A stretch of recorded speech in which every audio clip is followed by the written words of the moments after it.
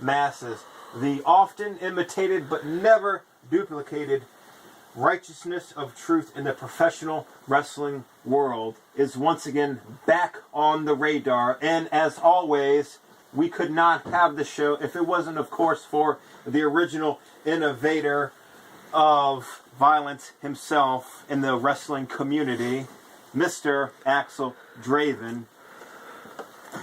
Welcome back to Controversial Corner. This is season 2. It took a little while for us to get it off the ground.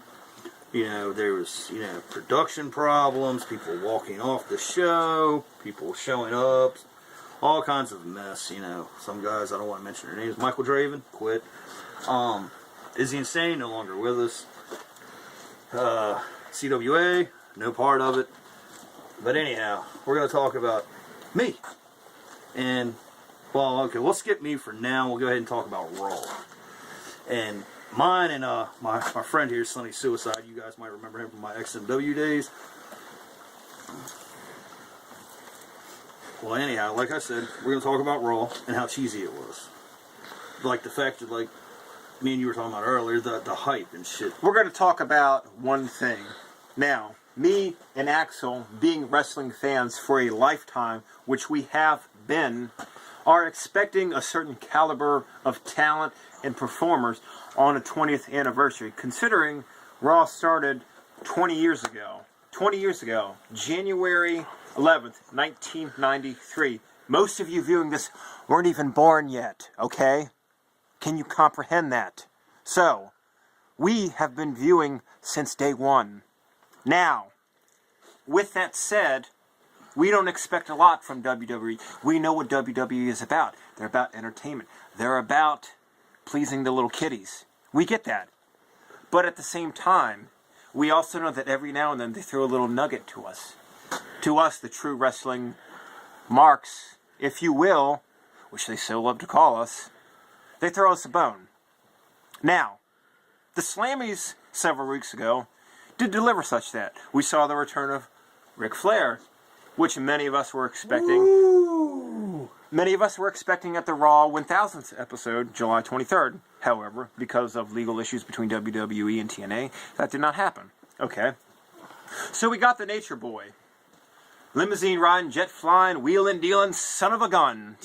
Taking all your girlfriends to Space Mountain. We got him. And we got him again tonight on Ms. TV. Okay. Great. We love it. We love seeing the Nature Boy. As old as he is, and not knocking him, but the man is up there in age. However, aside from all of that, it was a regular Raw. Not saying that Raw has been bad lately, because it has. It's obvious that they have new writers. It's obvious that they're going in a different direction with the Shield, which is a great storyline in itself, because, and you can see I'm a true wrestling fan right now, because if you're watching this, you can hear Randy Orton's old theme song playing as a ringtone, okay? That wasn't planned. Somebody sending me a message, that's my random theme for a message sent to me, not planned, because I am a wrestling fan. With that said, the Shield, Dean Ambrose, Roman Reigns, Seth Rollins, great fucking wrestlers from the independent scene. We like that. Okay? But, Raw tonight, regular Raw. What was special about it? What was special about 20th anniversary? Was there a Shawn Michaels there? No. Was there a Triple H there? No. Was there a Brock Lesnar? Bret Hart? No, there wasn't. There was The Rock at the end playing his little acoustic guitar and pedaling for the masses, which he loves to do, and he's great at. He can get them to eat out of the palm of his hand, which is obvious last week. Cookie Puss. Nobody else would people chant Cookie Puss en masse, 20,000 people and then some on hand, would people chant fucking Cookie Puss, except The Rock can get people to do that. Because why? Because he's The Rock and he's an entertainer, and we get that, okay? But if you're going to promote a 20th anniversary of Raw, you need to deliver something to the true wrestling fans instead of the same bullshit that you always perpetrate on us every fucking week. Okay? The wrestling business has evolved and will continue to evolve.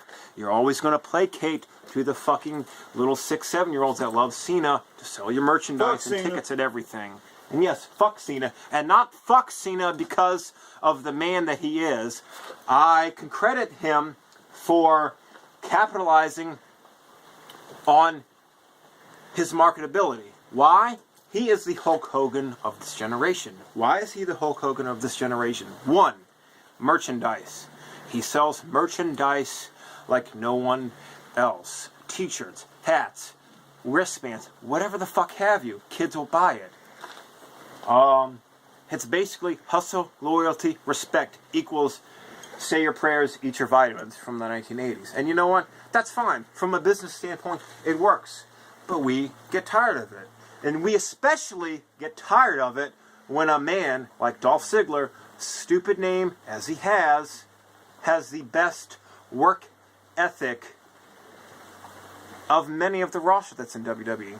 Now, there's a lot of comparable wrestlers that have a work ethic like he does, such as Daniel Bryan, such as Tyson Kidd, such as Sandow, Cody Rhodes. But when it comes to selling moves, the motherfucker could sell ketchup popsicles to a woman wearing white gloves. He is that good. It's not hype. The man is that good. He makes anybody look that good. But for him to consistently lose to fucking Superman Cena is a travesty upon the wrestling community. Why does this continue to happen? Is my question I ask. To which there is never a fucking answer to. Ever. And there never will be an answer. Why? Because it doesn't fucking matter. As CM Punk said, it's not hype. It's how popular you are in the back room and how many friends you have. That's it. Now, I'm done ranting for a bit. Let's let Mr. Axel Draven spill his insight, which he has a lot of, on the current state of affairs of wrestling. Axel? Yeah, my theory on the whole Raw situation. I thought Raw sucked tonight. You know, Ziggler in a cage match, he should have beat fucking Cena. They're working him as this great heel. He's got this big, muscle-bound Snickers bar that comes out with him. Who, you know, all out honesty, Ziggler should have won that. Cena should have lost, some kind of DQ, some kind of shit. But the problem is like I've said before, Sonny has said before, and many others have said before, Cena does not want a job. He doesn't want a job to Ziggler. He doesn't want a job to anybody. Unless Big Daddy Vince tells him, do it because it's good for business. You know what's good for business? Job to Ziggler. Job to Cody Rhodes if they're doing good heel fucking work. Okay? CM Punk is the man. He said it Monday. He's not out there to please you people. He's out there to make a name for himself. He doesn't care if you buy his t-shirts. He doesn't care if you buy his action figures. He's there to promote wrestling. That is why I've gotten to the point where I don't even watch WWE. Just the only time I do watch it is to see Punk. Keyword, wrestling. Does anybody know what wrestling is anymore? Wrestling, it's not a dead art form. Wrestling, it's not sports entertainment. It's not going out there and doing a dance for people and put a smile on people's faces and doing 5 moves of doom. No, wrestling is going out there and putting on a fucking athletic clinic for people. It's going out there and putting on a show for people. It's making them believe that you are beating the holy hell out of people. And making them lost in the moment.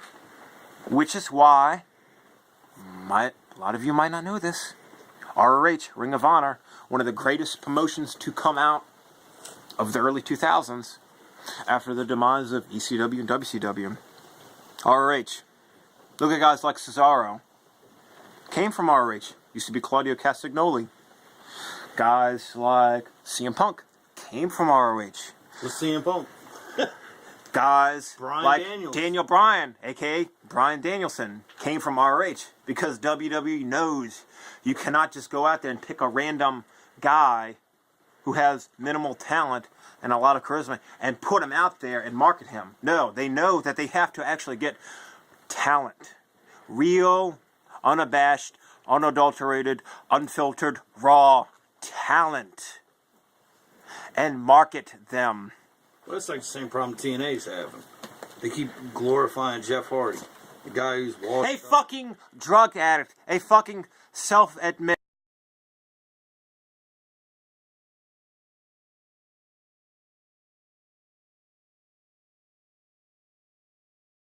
TNA reward him after he puts on a 88-second main event with Sting, an icon of wrestling. How do they reward him a year later? They put the world title on him. Because why? In TNA, everything makes sense. We don't fucking go by what the fans want. We don't go by what we think is right. We go by what we think, oh, well, the little kiddies and everybody's going to love a redemption story. Hey, redemption. He came back from the depths of drug-addled addiction to rise back on the top of the wrestling world to make a name for himself. No. He blew opportunity after opportunity. Okay? CM Punk put him over several times during their feud in WWE. And yes, CM Punk beat Jeff Hardy because Hardy was leaving. Because he had restless leg syndrome. He couldn't wrestle anymore. No, but he was secretly going to TNA. And so, of course, rather than being a gracious competitor, which most would be, no, him and his brother decide to go on a drunken rampage on YouTube in a diner and bash CM Punk and claim, quote unquote, from Jeff Hardy, I made you, CM Punk. I made you what you are. When obviously, if you're a true wrestling fan, you would know CM Punk was made well before that Jeff Hardy feud, if you know who CM Punk was. All that was a drunken, fueled rant by Fat and Meth Hardy. And I don't say that out of hatred for them, because they are well respected. They have a lot of accomplishments. But you know what? Bitterness shows through all the way. That's how it is. We could tell they were bitter. Let's get back on TNA. Back on TNA. All right, with Jeff. You know, he wins the title from the best fucking worker TNA has. Austin fucking Aries. Another Fucking ROH guy. Double A, greatest man that ever lived. Yeah, TNA, that's what makes no sense about TNA or WWE. They have some great fucking talent, and they want to keep putting these belts on stupid people, and they want to let, like John Cena, Randy Orton. I'm sick of seeing Randy Orton. Better yet, TNA. All this talent, the X Division talent, which gets buried on a weekly basis. But what's more important to focus on as a wrestling fan? Bully Ray and Brooke Hogan and their relationship. Let's turn a wrestling show with top talent, which some would say comparable talent to WWE as far as in-ring workability. I mean, you have the likes of Kurt Angle. You have the likes of Rob Van Dam, Bully Ray, Austin Aries, Bobby Roode, James Storm, Sting. The list goes on and on. They have the talent. However, they waste their time promoting a Jerry Springerish storyline that we've already seen with Triple H and Stephanie McMahon. That's been done before. It's nothing new. We've seen this before. We know that TNA is an alternative. We get that. We watch TNA for the action. We don't watch it for the bullshit soap opera drama that goes on between Bully and Brooke and Hogan. I mean, fuck Christ's sake, Bully Ray's old enough to be her dad. I mean, come on. How many people actually sit home and think that's And do you really think it's cool to call him Mark? Oh my God, we're shooting. We're calling Bully Ray Mark because that's his real name. Woo, you're so controversial. Yeah. Come on. Vince did it last year with CM Punk. He called him Phil. And tell me that Bobby Roode is not a ripoff of Triple H during his Evolution days. Yes. You can't tell me that he's not. Yep. Now, we don't seem to come across as bitter wrestling fans. However, we don't like our intelligence insulted. At a certain point, you have to grow with your fan base. Britney Spears, for example, came out in '99. She was a pop sensation. But you know what? 12 years later, she wasn't placating to 12-year-olds at that point. She grew with her fans. Her music matured.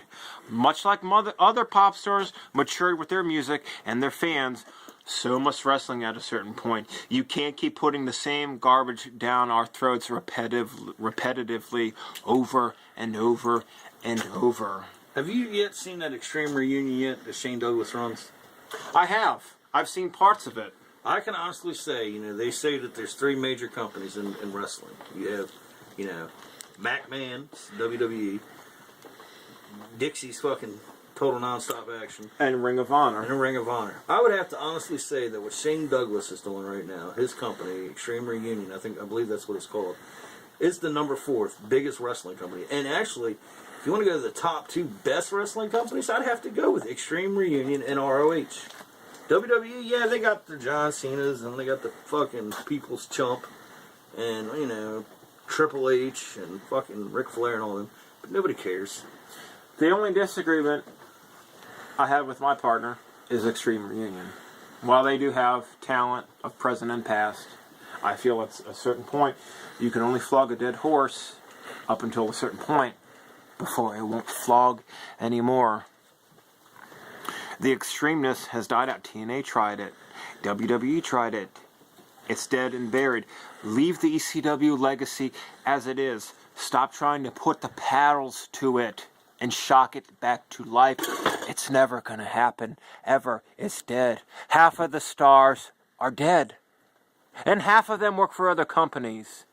Even though I disagree with you on this aspect, I appreciate the effort Shane Douglas and others tried to keep the name alive and keep the legacy going. But at a certain point, when you keep it going and going, you're killing it slowly. You're sticking a knife in it repetitively. You're tarnishing the legacy you once had. Well, the way You have to know when to hang it up and call it a day and rest on your laurels and say, we had a good run. It was a great time.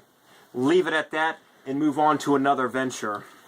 Well, to see, my theory is on this whole situation. I mean, I can see where you're coming from. Like, if they were doing it the way Vince was doing it,